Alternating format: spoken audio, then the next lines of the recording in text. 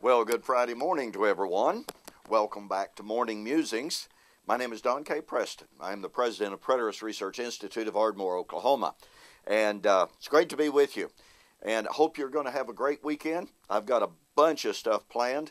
I'm going to piddle with my old cars this weekend and trying to get ready to go to some swap meets and stuff like that. Really exciting stuff. It's what I love to do on the side. But I love being with you here on YouTube and Facebook. So thanks again for joining me. I'm sharing some thoughts with you on the question of how should we then live?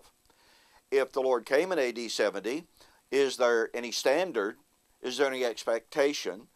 Is there any mandate for moral living? You know, in the last segment, I shared with you Galatians chapter 5. As Paul contemplated the full arrival of the kingdom, we're not negating the fact, we're not questioning the fact that the kingdom had begun to be established, for instance, even in the days of Jesus. For instance, on one occasion, Jesus said, "If I by the power of God cast out demons, surely the kingdom of God has come upon you." So there's no question at all that the kingdom had begun to arrive. The question is, when would it come in power and great glory in its consummation? Well, Matthew 16, 27 and 28, Jesus said it would be in the lifetime of the first century. But how should we then live now that the kingdom has come? Well, in Galatians chapter 5, a passage that I shared with you in the last segment, I pointed out how Paul said in a long list of immoral actions and attitudes, Paul said, I'm telling you again, even as I told you before, those who do such things, those who practice such things, will not inherit the kingdom. That is, they're not going to enter into the kingdom. Okay? So when the kingdom would arrive, unrighteousness would not enter and be a part of that kingdom.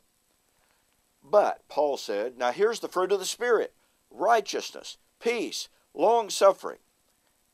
What many fail to see is that Paul is echoing from Isaiah. Isaiah chapter 32, where it says, "Behold, a king will reign in righteousness, and princes will rule with justice."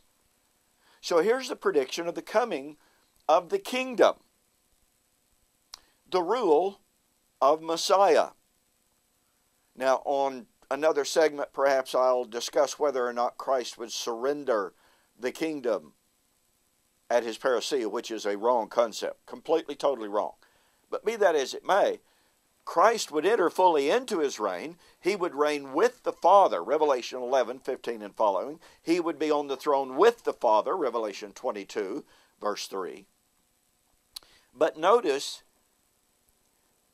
how Isaiah describes the kingdom and the rule of Messiah. Justice will dwell in the wilderness. Righteousness will remain in the fruitful field. The work of righteousness will be peace, and the effect of righteousness, quietness, and assurance forever. See, Paul's saying the Spirit's going to be poured out, and righteousness will be the result. Paul said, in the kingdom, the fruit of the Spirit is righteousness and holiness and peace. Yeah, he's echoing. Now, my point of it is, Isaiah 32 said, here's the way life will be in the kingdom. Paul said those who live unrighteous lives will not enter the kingdom, but the kingdom will be characterized by righteousness and holiness, and he gives a list of moral mandates on how to live in the coming kingdom. So the question of how should we then live is to great extent answered in Galatians chapter 5. Here's the way of living that will not enter the kingdom when it arrives. Here's a way of living that will inherit the kingdom when it arrives and characterize the kingdom forever when it arrives. I hope this is helpful. Again, thanks so much for the good emails that I've been receiving. Don't forget, I'm going to be in Virginia Beach, April 19th through the 21st, at David Curtis's church. Go to BereanBibleChurch.org. Check out the details. It's going to be a great seminar like it was last year. Boy, I'm looking forward to being there again. And there are other great things coming up. So make your plans. Do not forget to be with us, Ardmore, Oklahoma, in July 2013 for the Preterist Pilgrim Weekend. Our seminar this year, our theme is The Tabernacle of God is with man. What does it mean if the tabernacle of God has been established among us? Just like the series that we're currently working on here, how should we then live? I have asked the speakers to focus not on the exegetical details of demonstrating that God's promised tabernacle and temple has been established among us, but I've asked them to emphasize, what does it mean for us today?